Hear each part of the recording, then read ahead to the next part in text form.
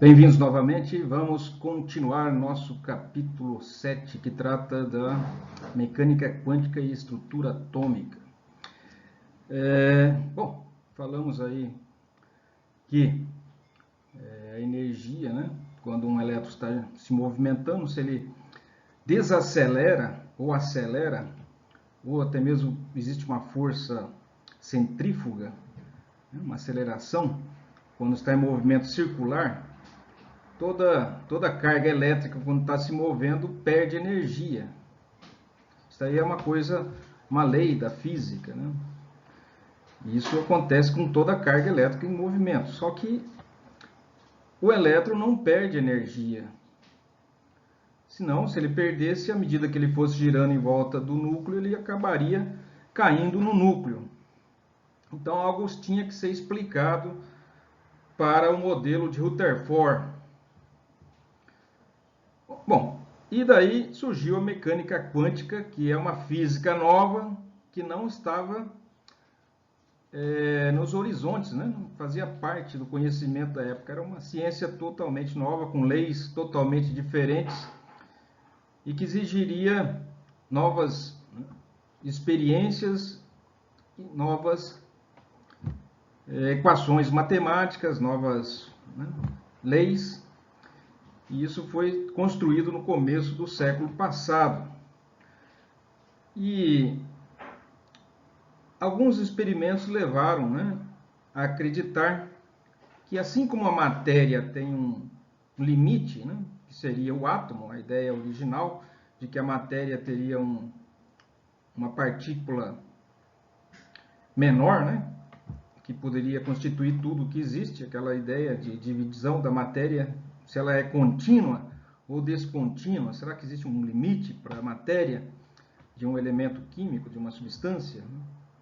Então se chegou à conclusão que sim, que havia o átomo, era menor, a unidade fundamental que constituiria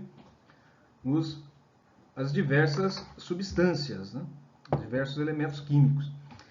E daí essa ideia acabou sendo também estendida, só que em termos energéticos, para a energia, ou seja, também existe um quantum de energia, uma quantidade tão pequena de energia que não pode ser dividida em quantidades menores. Então essa quantidade limite de energia se chama um quantum de energia. E ela acabou ajudando a explicar uma série de fenômenos que a física tradicional não conseguia explicar.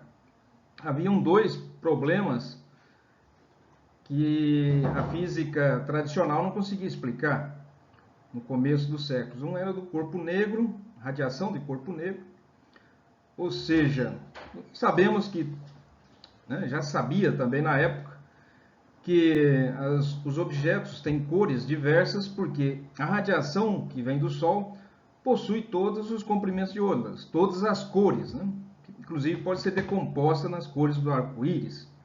Então essas radiações que nos permeiam, que está no nosso ambiente, elas atingem os objetos absorvem algumas cores e refletem ou emitem outras.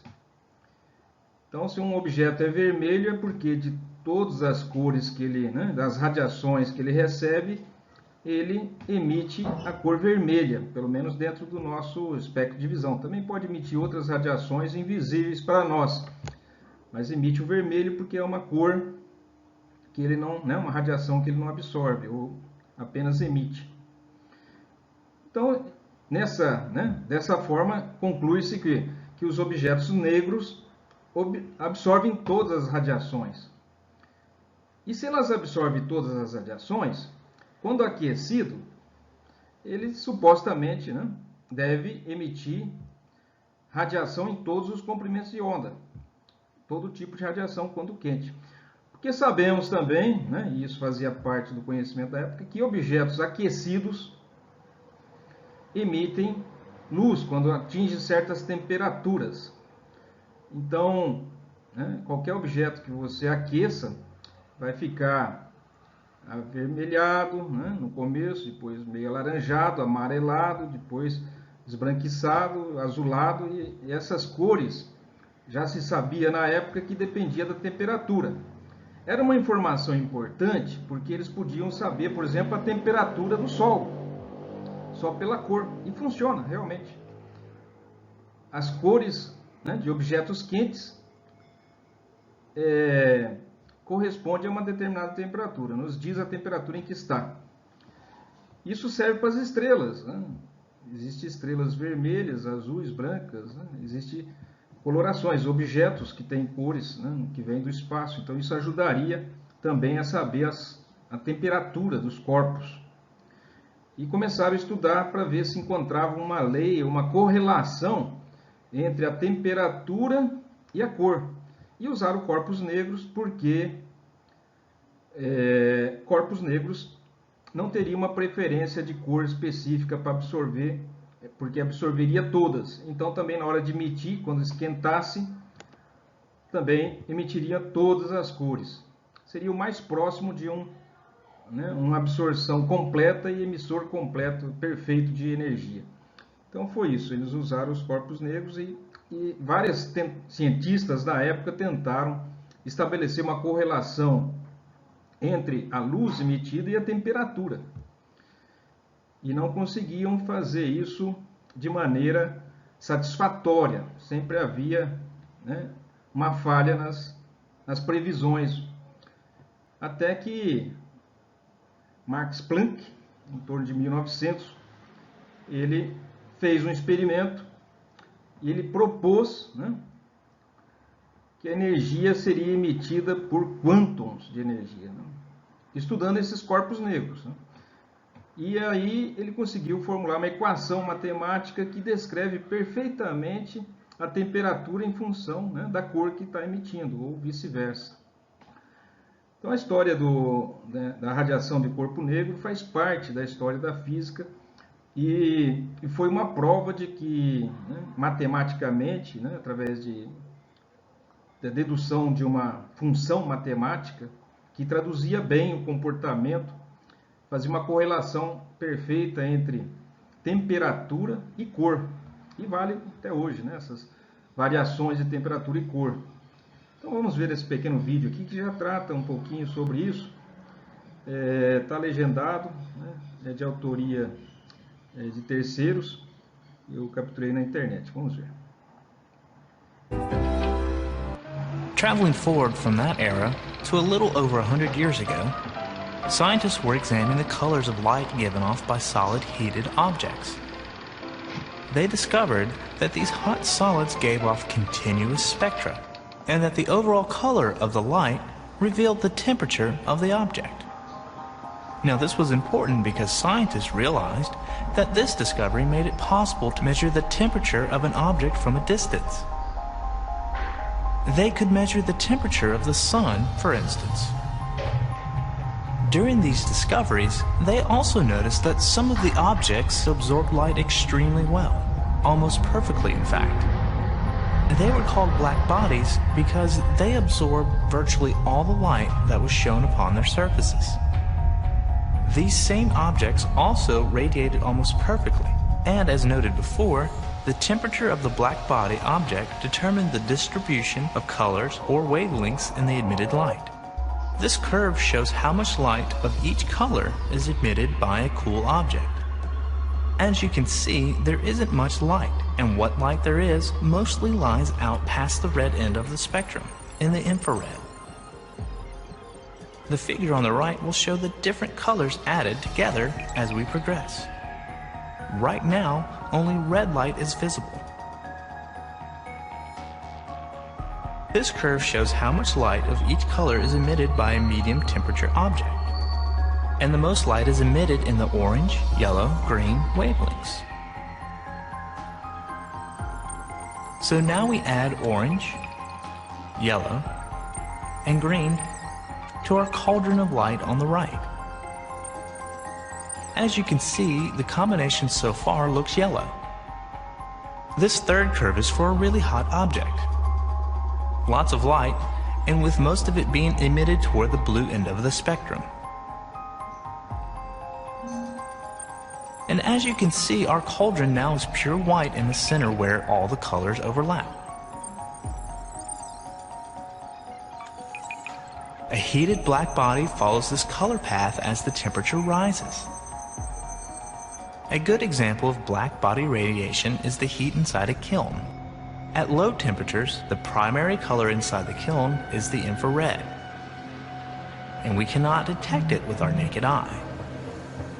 But as the temperature rises, the kiln begins to glow red, and as the temperature continues to rise, the dominant color changes to orange, then yellow, then bluish white. The distribution of energy in light shifts to shorter wavelengths as the temperature rises.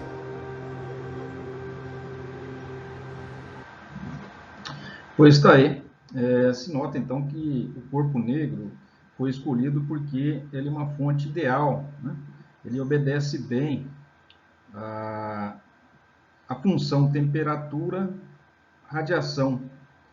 Então o corpo negro, na verdade, era como uma espécie de bola, de globo oco, com um orifício. E lá dentro desse oco estaria coberto de fuligem internamente. Então a luz que saía de lá, por esse orifício, é nula, porque, né, por ser negro, o interior do corpo, ele absorvia qualquer luz que penetrasse lá dentro e não saía nada de lá. Mas à medida que fosse aquecendo esse globo, né, e olhando por esse orifício, haveria uma mudança de cor que começaria no infravermelho, né, no infravermelho, ia ficando avermelhado e ia passando para as cores do espectro até chegar ao azul e ultravioleta, que seria invisível ao olho nu também, dependendo da temperatura.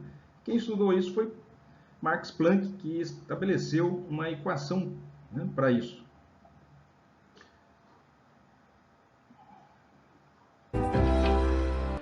Traveling forward from that era,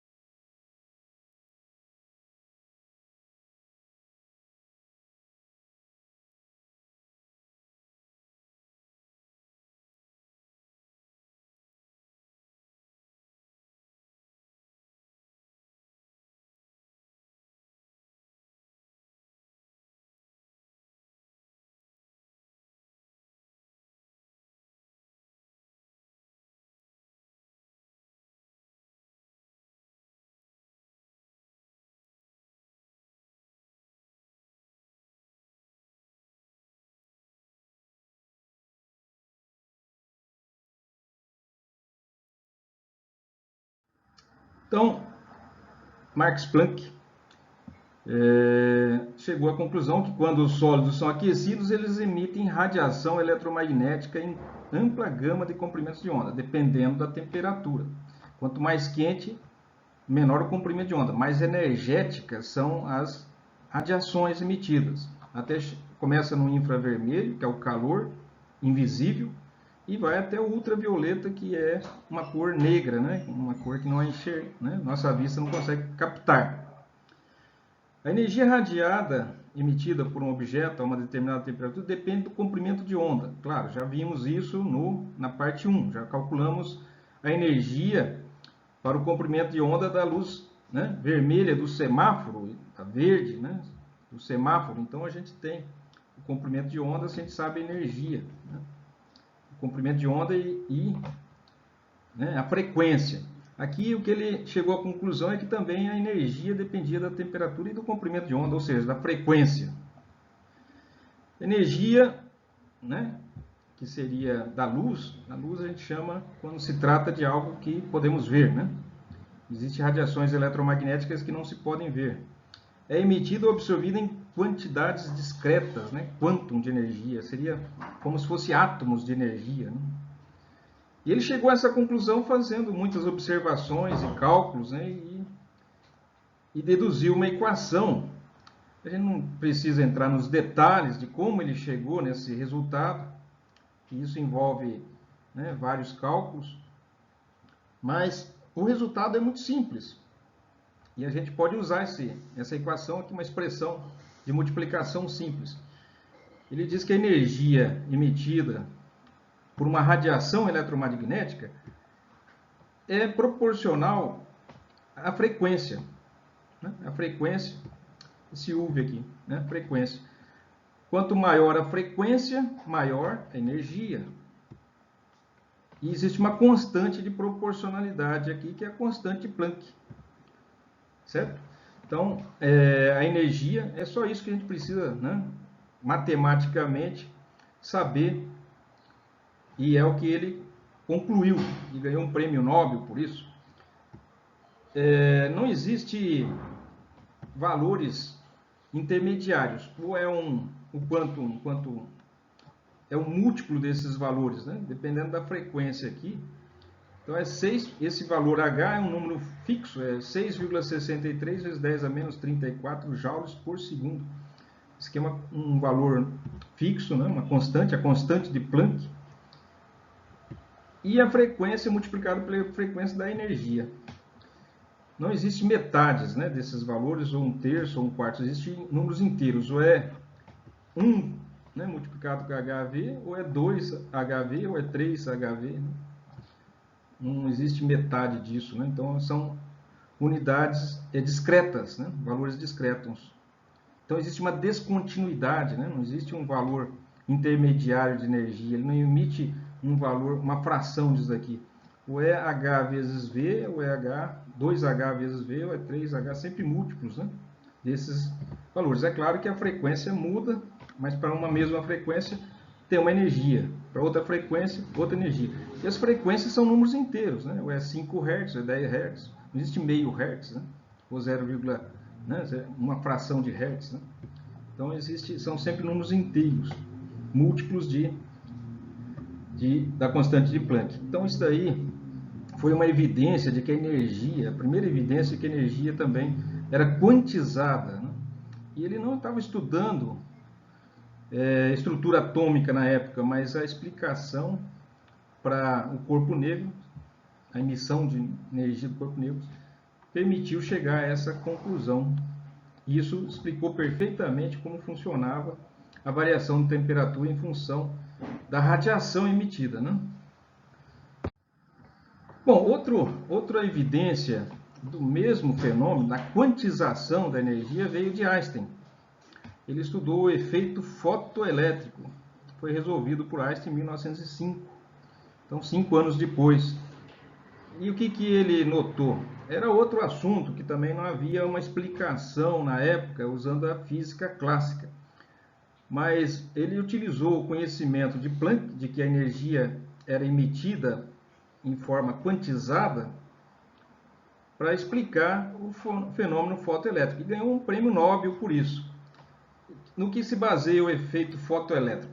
Quando incide uma luz sobre uma chapa metálica aqui, os elétrons saltam dessa placa em direção ao polo positivo, que é essa haste, né, cilindro amarelo. Então isso daí estava causando um pouco de intrigando os cientistas na época, porque havia um comportamento muito particular. Para cada metal que fizesse parte da placa, isso estava dentro de um tubo, né, um tubo de vácuo. Então, para cada metal que você fizesse essa placa aqui, havia um comportamento diferente. Então, para o sódio era um comportamento, para o zinco, para o ferro, para o níquel, para o alumínio, cada vez mudava. Mas mudava de uma maneira também bastante peculiar. Se você irradiasse uma radiação de uma frequência, né, de uma energia, né, cada cor, né, tem uma energia, tem um comprimento de onda, já falamos sobre isso. Se você irradia com a luz azul, por exemplo, não acontece nada. Mesmo que se aumente a intensidade da luz, uma intensidade muito elevada, um brilho muito elevado, não vai acontecer nada. Porém, se você vai, né, aumentando a energia dessa luz, isso é, mexendo no comprimento de onda, cada comprimento de onda tem uma cor, né? Vai se aproximando do violeta e do ultravioleta, e abaixo do ultravioleta, quanto mais, né, menor o comprimento de onda, maior a energia. Daí chega a partir de um certo comprimento de onda, daí começa a emitir. E é característico de cada metal. Cada metal tem um ponto em que ele começa a emitir elétrons. E daí começa a passar corrente elétrica aqui, né? Os elétrons começam a migrar do metal para o polo, então há uma passagem de corrente elétrica aí. É como se tivesse fechado uma chave. Então, se você colocar o emissor numa posição de uma sala e o receptor na outra, né, uma fonte de luz, né, a fonte de luz incidente aqui num ponto da sala, e esse receptor que está dentro dessa ampola aqui em outro ponto da sala, quando a luz sai lá da fonte luminosa e atinge essa válvula, ela começa a passar corrente elétrica, abre uma porta, ou fecha uma porta, ou acende uma luz, ou, né, ativa qualquer circuito elétrico. Então, pode ser que sirva para acender as lâmpadas quando anoitece, pode servir para abrir uma porta automática quando você vai passar, né? Isso aqui esse tipo de válvula serviu para isso. E foi uma contribuição, né? Saiu dos laboratórios de pesquisa para uma utilidade, né, pública, para nosso uso. E existem muitas utilidades hoje que se baseiam, né, nesse efeito fotoelétrico. Mas estavam estudando, né, de maneira científica para saber o que estava acontecendo aí. Então é isso. Se você ilumina com uma certa frequência, se você não atinge a energia suficiente, o elétron não salta. Se você, só a partir de uma determinada intensidade, né, numa certa frequência ou comprimento de onda, é que ele começa a emitir. E se você começar a usar comprimentos de onda mais energéticos, os elétrons começam a saltar com mais velocidade em direção ao polo, ou seja, eles saem com maior energia cinética. Certo? Se você só adiciona a energia, né, existe um limiar, que seria uma frequência aqui de energia, né, de luz, que começa a fazer os elétrons migrarem. Mas esse limiar, ele sai com pequena velocidade. Se você aumentar a frequência, diminuir o comprimento de onda, e a radiação for mais energética, eles começam a sair com maior velocidade. Ou seja, eles ganham energia cinética. E as explicações da época não eram boas. Quem deu uma explicação para o que estava acontecendo foi Einstein, né? E utilizou a ideia de quantum de energia de Planck. Então a luz tem ambas características, natureza de onda e natureza de partícula. Também Planck ainda não tinha sugerido essas possibilidades de onda e partícula. Mas ao receber uma radiação, ela absorve essa radiação, é como se fosse uma bola de bilhar, né? É atingido por uma radiação, a radiação de alguma forma é absorvida pelo elétron, e esse elétron adquire energia cinética em direção ao polo positivo. O fóton é uma partícula de luz, né? Isso aí foi também a dedução de que o Einstein explicou da seguinte maneira: vem o fóton, essas radiações luminosas, né? São ondas eletromagnéticas que constituem a luz, seriam partículas, chamadas fótons de luz. E essas fótons atingiriam o elétron precisaria de uma energia para vencer a resistência de se desprender do metal, né? Porque o metal prende o elétron a ele. Tem núcleos positivos no metal que prendem ele. Então precisa de receber um fóton de energia suficiente para libertar ele. E se vier um fóton menor, ele não se liberta, ele continua preso. Se for um fóton que faz com energia suficiente para, que lhe forneça energia suficiente ao elétron para que ele se desprenda do metal, ele se desprende. A partir daí ele começa a se desprender. E se você fornecer um fóton de uma energia maior, a energia que sobra se transforma em energia cinética. O elétron, além de se desprender, ele adquire velocidade.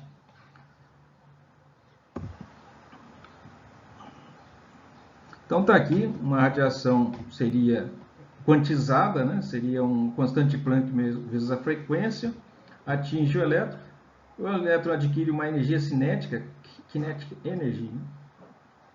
Energia cinética aqui, que é o que sobra, né? Uma parte da energia que ele recebe, né, do fóton, é usado para ele se desgrudar da cola que mantém ele preso ao metal. E o restante da energia, se caso o fóton tiver energia extra, né, ele recebeu uma energia extra, vai se transformar em energia cinética. O elétron passa a se mover mais rapidamente em direção ao polo positivo.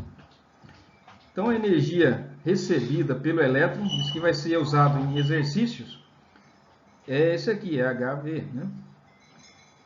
Uma parte vai ser necessária para o trabalho, esse W é o trabalho para aquele, né, energia necessária para o elétron se desprender do metal. Cada metal tem uma afinidade eletrônica diferente, então prende o elétron com uma certa, né, força, que é diferente de um metal para outro. E o que sobrar de energia, se transforma em energia cinética. Tá certo? Esse KE é energia cinética. Onde W é a função trabalho, que depende do quão fortemente o elétron são presos ao metal, certo? Então isso daqui se mede, né, esses valores, né, de voltagem, se mede a fonte de radiação, você tem controle sobre a radiação, e se estudou isso e Einstein chegou a essa conclusão.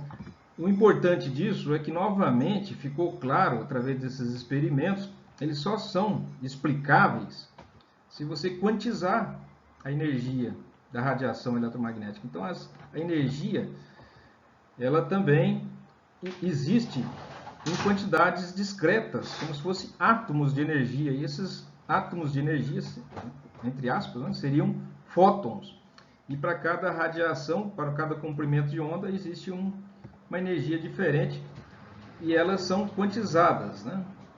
E o valor é sempre a constante de Planck vezes a frequência.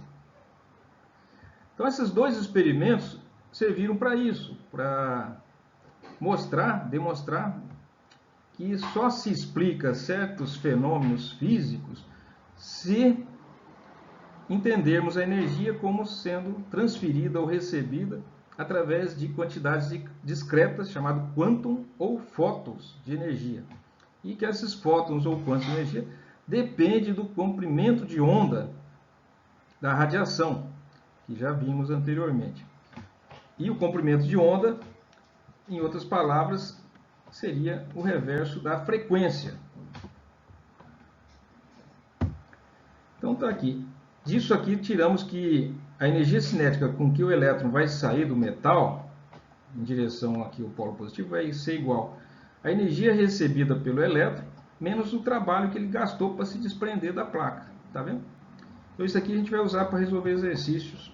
É uma equação, função, né, matemática importante.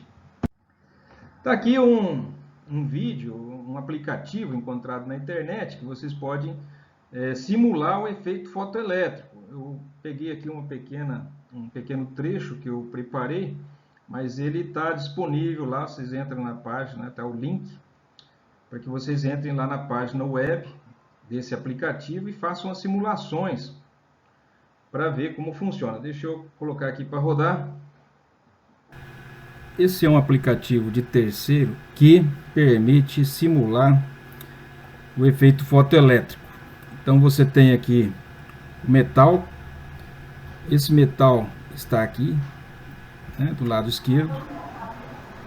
A superfície dele está sendo irradiado por uma fonte de luz. Essa fonte de luz tem um comprimento de onda que você seleciona aqui. Essa escala do espectro. Você aumenta a intensidade ou diminui, seria o número de fótons que partem da fonte. Você tem uma corrente que está circulando, está zero agora, porque não está havendo passagem de elétrons da placa, né, emissora em direção ao ânodo, ou seja, a placa positiva aqui. Então, se você diminuir o comprimento de onda, você está aumentando a energia das radiações.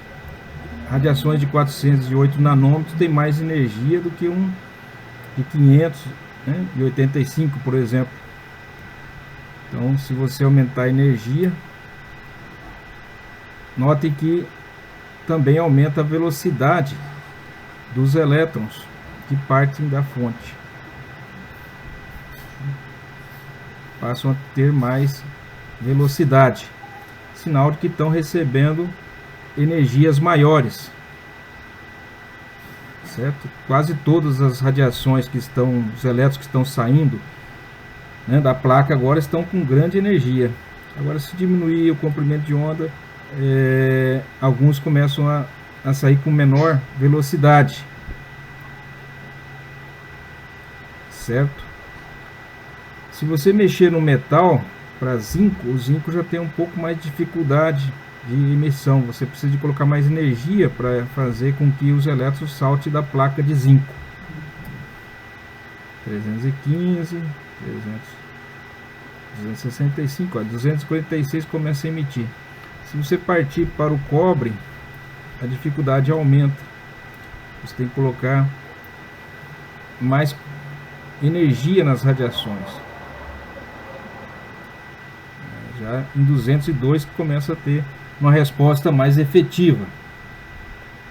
Se fizer para a platina é o que tem mais dificuldade de emitir elétrons aí. Você tem que colocar muita energia nas radiações para fazer com que os elétrons escapem da platina, certo? Isso aqui é a intensidade. Se você aumentar, claro, a intensidade, também vai aumentar a corrente.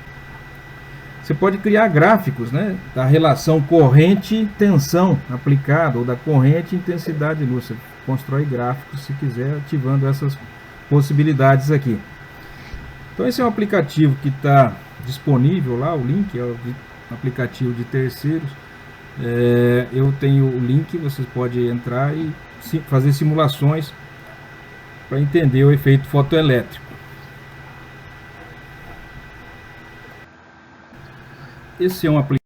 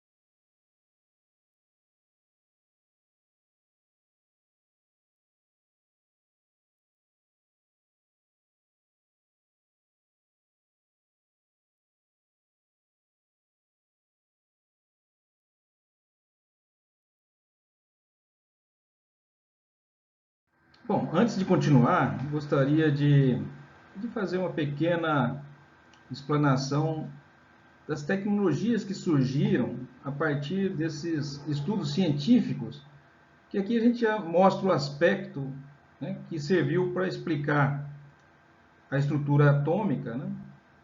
Mas esses estudos e esses experimentos científicos que visavam muitas vezes conhecer certos fenômenos físicos acabaram sendo, né, despertando interesse prático para fazer dispositivos e equipamentos que pudessem nos atender, servir para nosso conforto. Uma delas eu disse anteriormente, o aparelho, né, o dispositivo fotoelétrico, né, o fenômeno fotoelétrico, foi utilizado para detectar movimento, né, acender, abrir portas automáticas, acender lâmpadas de forma automática. Então, aqui tem alguns exemplos. Por exemplo, o tubo de raios catódicos foram usados aí para mostrar, né, a descoberta do elétron, para descobrir a estrutura atômica, né? Thomson, né, fez alguns experimentos, descobriu o elétron.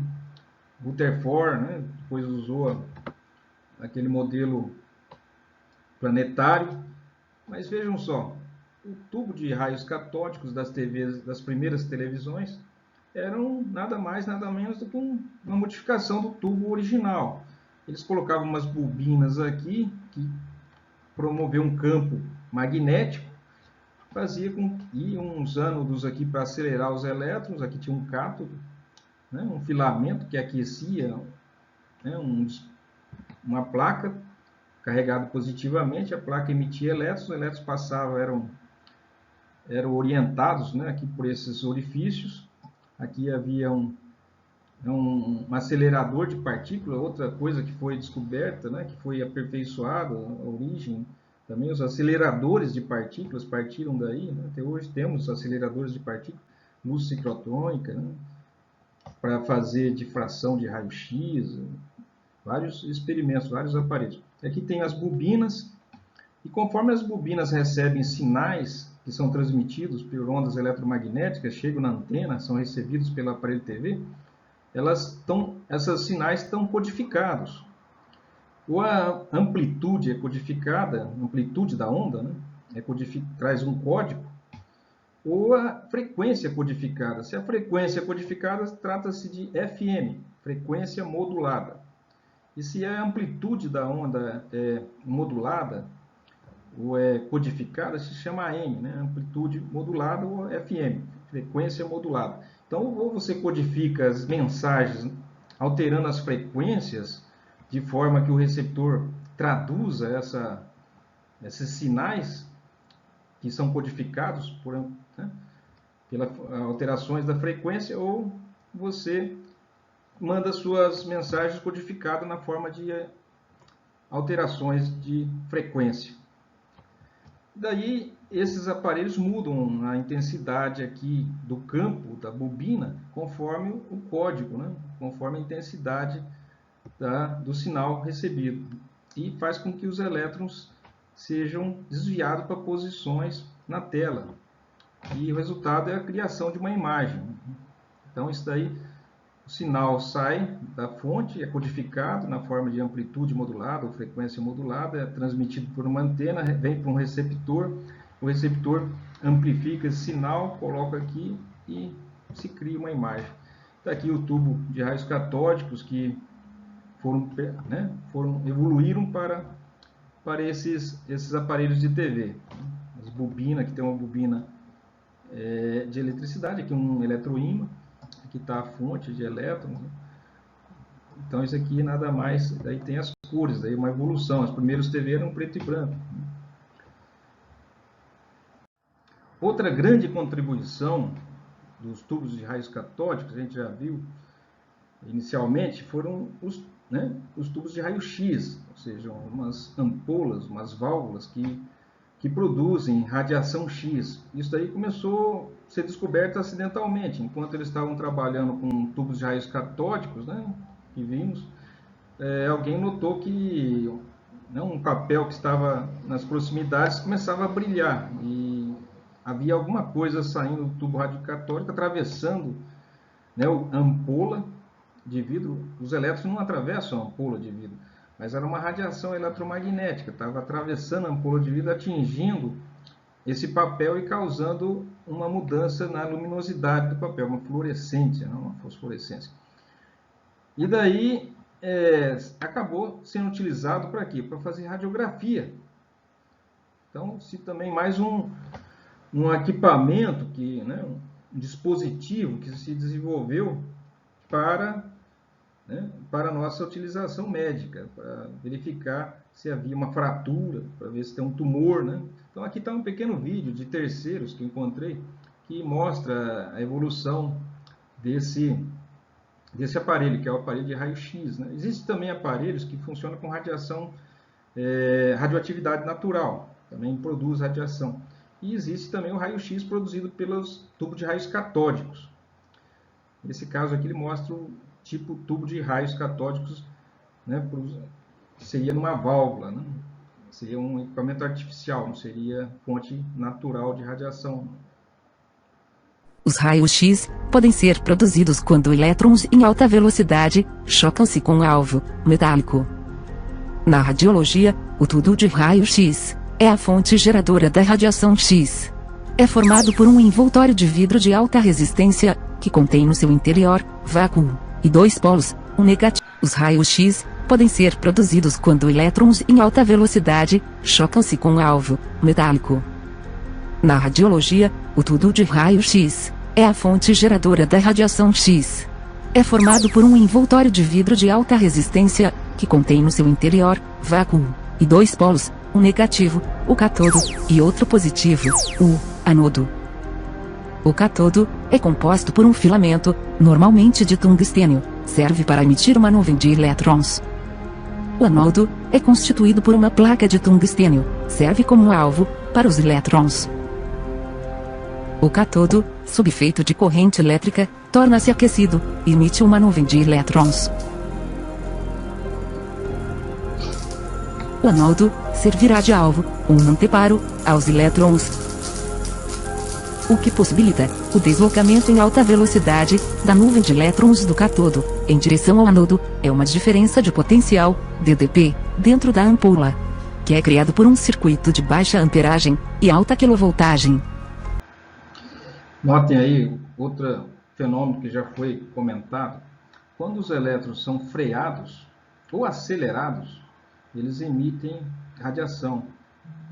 É por isso que um elétron, quando está circulando em torno de um núcleo, ele está sujeito a uma aceleração centrífuga, né, e uma atração centrípeta, né, centrífuga e centrípeta, que é a atração pelo núcleo. Então ele está sujeito a uma aceleração, e essa aceleração, mudança de direção, né, que ele está sofrendo o tempo todo, obriga ele a emitir radiação também, esse tipo de radiação que a gente está vendo aí. Só que no átomo ele acaba não emitindo quantidades contínuas de energia, ele só pode emitir uma quantidade discreta chamada fóton, a gente vai ver. Mas isso aqui nada mais é do que a comprovação, né, mais uma vez, de que um elétron acelerado bruscamente ou freado bruscamente ou obrigado a fazer movimento circular, ele emite radiação. Então, nesse caso, os elétrons são acelerados e quando eles colidem com o ânodo, eles são freados bruscamente, né, porque atingem uma eletrosfera de outro átomo. E além de produzir calor ao colidirem com os outros átomos, eles começam, pela sua desaceleração, eles começam a emitir raio-x, que esse é o que atravessa a ampola e atravessa o corpo humano e acaba revelando uma radiografia. A nuvem de elétrons, ao entrar em contato com o anodo, se choca e é bruscamente frenada. Ocorre a produção de calor e de radiação X. 1% deste processo se transforma em raio-x. Os demais 99%... Pois é isso aí. Esse equipamento, então, foi mais uma contribuição alguém deve ter notado a utilidade, né? Às vezes os cientistas estão mais interessados no fenômeno do que na aplicação comercial, na inovação tecnológica para uso humano, né? E até mesmo para aplicações assim que visam lucro. Eles estão mais interessados na descoberta científica, né? Mas teve pessoas que se deram conta do potencial econômico da aplicabilidade disso e foram atrás de transferir isso para o nosso uso comum, no caso aí a radiografia. Está aqui esquematicamente o equipamento. Notem que aqui existe, né, um filamento. Esse filamento é uma espécie de um filamento de tungstênio, igual a nossas lâmpadas incandescentes. Ela aquece e como existe um vácuo aqui, existe um polo positivo, os elétrons começam a saltar do filamento em direção ao polo positivo. E ao se chocar, há uma produção de radiação X. E elas são orientadas para uma direção, né? Porque tem um ângulo de inclinação aqui. Então, isso daqui, tá aqui um aparelho que foi construído para demonstrar o funcionamento, né? Seria mais para fim escolar. E aqui é a radiografia, né? Você coloca a pessoa exposta a essas radiações e coloca uma chapa fotográfica atrás, né? Daí você consegue ver, estudar aí as fraturas, né? Os órgãos internos, se há algum tumor, alguma malformação. Outra serventia dos raios-x foi para fazer cristalografia de raio-x, né? Cristalografia de raio-x. Quando você tem uma fonte de raio-x aqui, né? Está aqui a ampola. Ela é colimada de forma a passar apenas por um orifício, de forma a obter uma radiação linear, em linha reta, né? Porque a emissão às vezes se dispersa, né? Para várias direções aqui. Então, apenas os que passam pelo orifício estão em linha reta com a fonte, para atingir um cristal. Esse cristal, ele possui uma estrutura como aqui está mostrado. Ele tem os átomos, né, dispostos num retículo de maneira bem regular. Então, à medida que essa fonte vai mudando de posição, né, ou o cristal vai girando, ele fica sustentado numa ponta, em que vai havendo uma rotação desse cristal. Então, esse cristal vai se movendo lentamente enquanto vai sendo irradiado. E vai se criando aqui um mapa, né? Um mapa de dispersão de raio-x, difração de raio-x. Essa difração de raio-x, quando analisadas em computadores, ele é capaz de deduzir, né? São cálculos complicados, são softwares, né, especializados, que acaba te fornecendo a estrutura 3D do cristal, com base nesses mapas de pontos aqui. Seria a difração, né? Então hoje, aqui de novo, o cristal, a radiação passa por ele, forma um mapa, né, de pontos. Esses pontos são analisados, se cria uma estrutura, um mapa de densidade eletrônica, e depois chega a estrutura atômica. Ou seja, você tem as coordenadas de cada átomo, em que posição eles estão. Então isso aqui foi algo fundamental, né, para se descobrir a estrutura de proteínas, né? Aqui de novo o mesmo desenho, uma ampola, aqui está o cristal, e aqui é o mapa, né, de difração. Aqui de novo, aqui foi utilizado para descobrir a estrutura da alfa-hélice. Na verdade, quem fez o trabalho mais complicado foi os cristalógrafos, né, de difração de raio-x. O Watson e Crick pegaram os dados e simplesmente ficou mais fácil, né, interpretar os dados, uma vez já tendo sido feito o trabalho complicado aqui de cristalizar eles simplesmente foram teóricos, eles juntaram os conhecimentos, foram atrás leram as publicações de diversas fontes e começaram a juntar esse conhecimento e chegaram a uma conclusão. Mas não eram assim experimentais. Quem fez os experimentos foram os cristalógrafos, que, né, isolaram sequências de DNA, cristalizaram, fizeram difração, depois da difração conseguiram esses mapas, né, fizeram processamentos complexos e chegaram a umas estruturas, né, que ajudou muito o Watson Crick a deduzir a estrutura do DNA. Então vejam que um conhecimento leva a adquirir mais conhecimento. Isso é algo progressivo. E é claro, depois que se descobriu o DNA, várias descobertas e vários progressos científicos foram capazes de serem realizados, que antes não teria como, né? Isso também veio, então, do conhecimento de nada mais do que nada menos do que esses tubos de raios catódicos, né, e tubos de raio-x, né? Aqui está outro grande avanço, também as válvulas, que os primeiros televisores, os primeiros rádios, né, os primeiros equipamentos eletrônicos funcionavam com válvulas. Essas válvulas nada mais são do que tubos de raios catódicos melhorados, modificados. Então vejam só, aqui a eletricidade é capaz de passar no sentido do filamento em direção ao ânodo, porque esses filamentos são de tungstênio, eles aquecem, né, e daí emite. Mas se a corrente vier no sentido contrário, a coisa ela é um isolante, a corrente não passa vindo do ânodo para o cátodo. Então, se você coloca uma corrente alternada aqui, quando a fase positiva estiver em cima e a fase negativa embaixo, a corrente vai passar. Mas quando entrar na fase contrária, que ela é uma corrente alternada, e aqui ficar negativo e o filamento ficar positivo, a corrente corta. Então, esse sistema já é um diodo, né? É um dispositivo eletrônico, é um diodo, um componente eletrônico que permite a corrente passar apenas num sentido e não no outro. Então ele serve para retificar a onda. Uma onda alternada transformar em onda contínua. Outra coisa foram hoje são os transistores, né? Hoje são os diodos, são sólidos. Mas no começo, a válvula triodo, por exemplo, um triodo, faz o que o transistor faz hoje.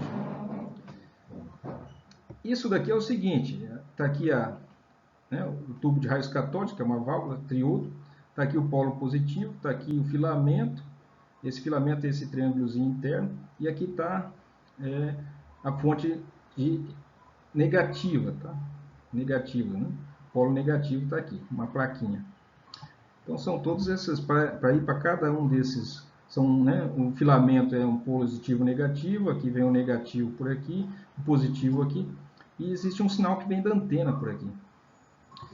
Então vejam só, quando saem elétrons daqui em direção ao polo positivo, certo? É o que a gente sabe. Aqui é o nosso cátodo, aqui é o nosso ânodo, os elétrons saem do polo negativo em direção ao polo positivo e fazem esse percurso. Daí o que eles resolveram fazer? Colocar uma grade aqui perfurada com um sinal que vem da antena de TV, né? Uma antena de rádio. E as ondas que vêm pelo sinal da antena vêm muito fracos.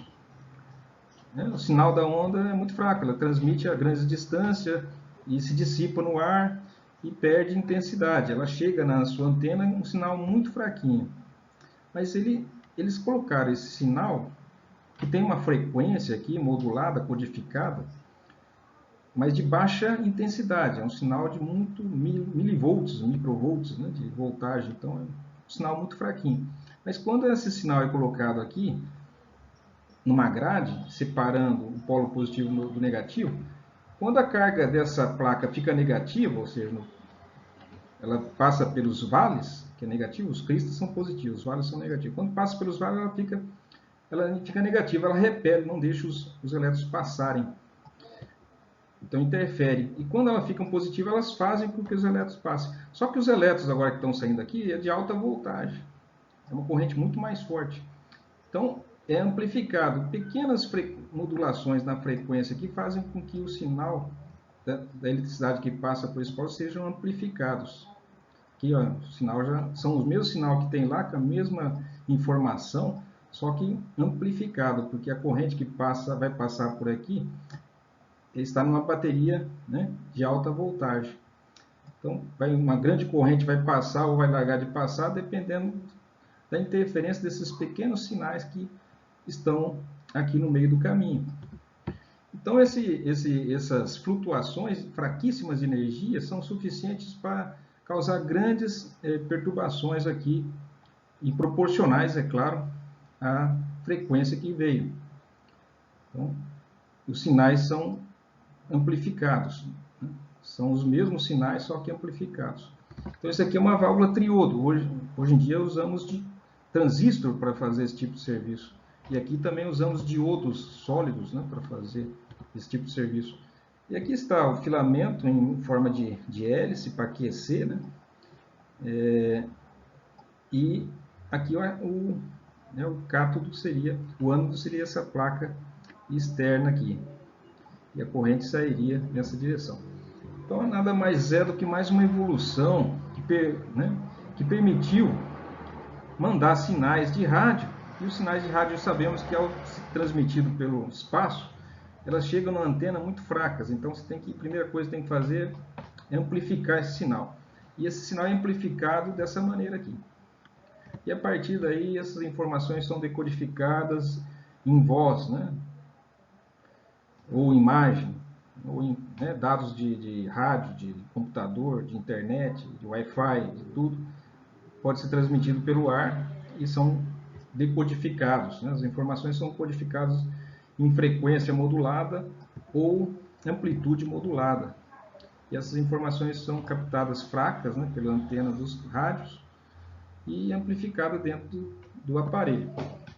Mais uma contribuição dos tubos de rádio catódicos. Bom, agora chegou a hora de fazer algum exercício. Calcule a energia em joules de um fóton com um comprimento de onda de 5 vezes 10 a quarta nanômetros. Então, 5 vezes 10 a quarta nanômetros seria 10.000. Né? 10 a quarta é 10.000 vezes 5. Isso aqui está na região do infravermelho.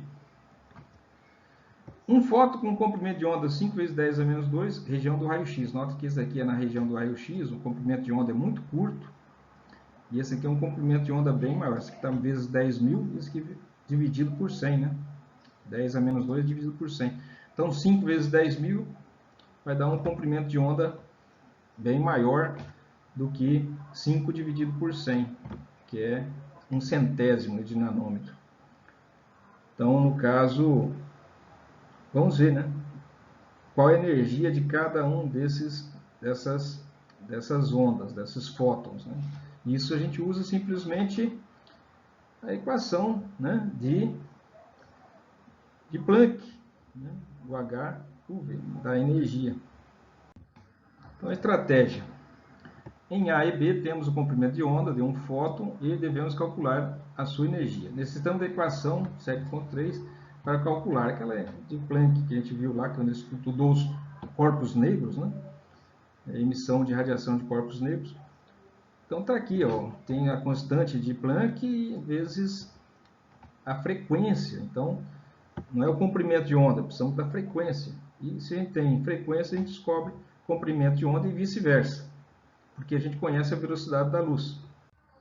Então está aqui, da equação 7.3, era a energia de uma radiação é a constante de Planck vezes a frequência. Porém, a frequência é a velocidade da luz dividido pelo comprimento de onda. Certo? Frequência é isso, é velocidade da luz dividido pelo comprimento de onda. Então, você substitui tudo agora. O E está aqui, foi dado. A velocidade da luz também está aqui, em metros por segundo, joules por segundo. E aqui nanômetros, a gente não pode usar nanômetros, a gente tem que usar metros, né? Porque está aí tudo metros, metros por segundo, tem que ser metros aqui também. Nanômetro para metro, onde você tem esse Nzinho de nano aqui, você coloca 10 a menos 9. Certo? Porque 1 nanômetro é 10 a menos 9 metros, né? Colocando nanômetro embaixo, metro em cima. Então você corta nanômetro aqui com nanômetro. Esse que é o fator de conversão, né? De nanômetro para metro.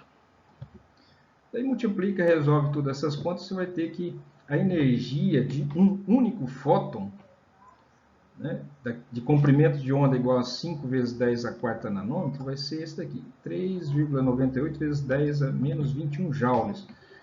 Menos 21 joules quer dizer 21 zeros à esquerda, né? 20 zeros à esquerda do 3. É um número muito pequeno, né? Para a questão B, se você repetir as contas, fazer tudo igual, você vai encontrar 3,8 vezes 10 a menos 15. De menos 21 para menos 15, note que esse tem bem mais energia, né? Porque o comprimento de onda é mais curto, né? Quanto mais curto o comprimento de onda, mais energético. Isso é fácil de imaginar. Uma frequência elevada significa uma vibração rápida. Então, se você tiver vamos imaginar algo macroscópico. Se tem alguém, né, ou um objeto de 1 quilo, uma bola de futebol, uma boliche, por exemplo, e ela recebe uma flutuação e que levanta essa bola e baixa, né, por causa da frequência 20 vezes, chacoalhou ela 20 vezes, levantou e baixou 20 vezes em 1 segundo. Agora, se vir uma frequência mais elevada, de 1000, vai acontecer 1000 levantamentos, né? É muito mais energia. Tem que a perturbação ocorre muito mais vezes, né? Se você está no mar e a onda vem, levanta e desce, se ela tiver uma frequência de poucas ondas por minuto, agora, se toda hora ela está vindo, toda hora está te jogando para cima, né? Claro que isso necessita de energia. Então, quanto maior a frequência, mais energia ela contém. Porque as ondas transportam energia, não transportam massa. Então, a energia é a energia que te levanta no mar e te novamente deixa cair. Então, quantas mais vezes ela passar, mais vezes você vai sofrer esse efeito. Isso aí, para te levantar, né? Você tem uma massa, existe aí energia que tem que ser gasta. Então, verificação. Visto que a energia de um fóton aumenta com a diminuição do comprimento de onda, verificando que o fóton de raio-x é 1 milhão de vezes mais energético que o fóton de infravermelho, né? Tá certo, né? Raio-x é muito mais energético, tem uma frequência muito maior e o comprimento de onda muito mais curto. Outro exercício, esse sobre efeito fotoelétrico, tá certo? Aqui está dizendo o seguinte: a energia de ligação EL, tá? Ou seja, a força com que o metal prende o elétron, tá? Todo metal tem elétrons, né, formado de átomos, né? A gente tem um núcleo e os elétrons girando em volta, né? Então, esses elétrons estão circulando pelo metal, né? São responsáveis pela condutibilidade elétrica, inclusive térmica também. Então, esses elétrons, eles estão certamente circulando pelo metal, mas tem estão livres, né, relativamente livres, mas eles também estão presos, né, uma certa força ao metal. Depende do metal. Cada metal prende seus elétrons com uma energia distinta, né? Então, aqui dizendo que a energia de ligação que prende os elétrons ao césio metálico é esse aqui. Isso daqui significa o quê? Se esses elétrons receberem essa energia de uma fonte externa, eles só vão se libertar do metal se a energia que eles receberem for no mínimo essa. Tem que ser daqui para cima. Porque se eles receberem uma energia inferior a esse valor, eles não vão absorver essa energia. Porque não vai, né, promover um salto, eles não vão ser capazes de se libertar do metal. Eles podem até, essa energia acaba sendo dissipada de outra maneira. Calcule a frequência mínima de luz necessária para retirar o elétron do metal. Então, você precisa de uma energia, né, de uma onda, que, né, a gente acabou de calcular ali a energia do raio-x, né, e de uma outra radiação. Então, agora a gente precisa descobrir uma radiação que tenha essa energia aqui, que é a energia que o elétron vai precisar, né, um elétron do césio, do metal césio, para se desprender da superfície do césio. Então, ele quer saber qual é a energia mínima, vai ser essa daqui. Que radiação eletromagnética tem essa energia? Que fótons tem essa energia aqui? A gente vai descobrir usando aquela equação de Planck. Então, calcule a frequência mínima da luz necessária para retirar o elétron do metal. Terá que ser uma frequência que tenha essa energia, por fóton. Calcule a energia cinética do elétron injetado se for usado luz com a frequência de 1 vezes 10 a 15 por segundo, certo? Então, agora temos que saber que energia tem esse fóton com essa frequência aqui. Cada fóton, né, cada luz, tem uma de cada cor, cada radiação eletromagnética tem uma frequência. Eu quero saber qual é, né, a energia dessa frequência aqui. Se a energia for igual a 3,42, já é suficiente para libertar o elétron do metal. Se for superior, a energia excedente vai se transformar em energia cinética. O elétron não só vai se desprender do metal, mas a energia excedente vai transformar-se em energia cinética. Ele vai sair a grande velocidade do metal. Então, é isso, né? A estratégia aqui. Estratégia. A relação entre a energia de ligação de um elemento e a frequência da luz é dada pela equação que a gente já viu. A frequência mínima da luz necessária para arrancar um elétron é o ponto onde a energia cinética do elétron ejetado é igual a zero. Ou seja, não tem energia cinética, ele simplesmente recebe energia suficiente para se desprender. Para a questão B, sabendo que a energia de ligação é a frequência da luz, podemos calcular a energia cinética do elétron ejetado. A gente usa aquela equação, né? Então vamos resolver.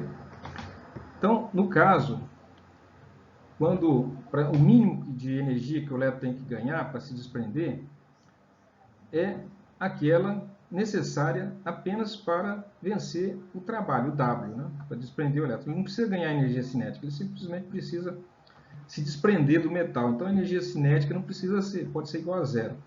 Então naquela equação fica que HV, o fóton, né, de energia que ele recebeu, a energia do fóton de energia, é igual à energia de ligação, sendo que ele não vai ter energia cinética nenhuma para se desprender.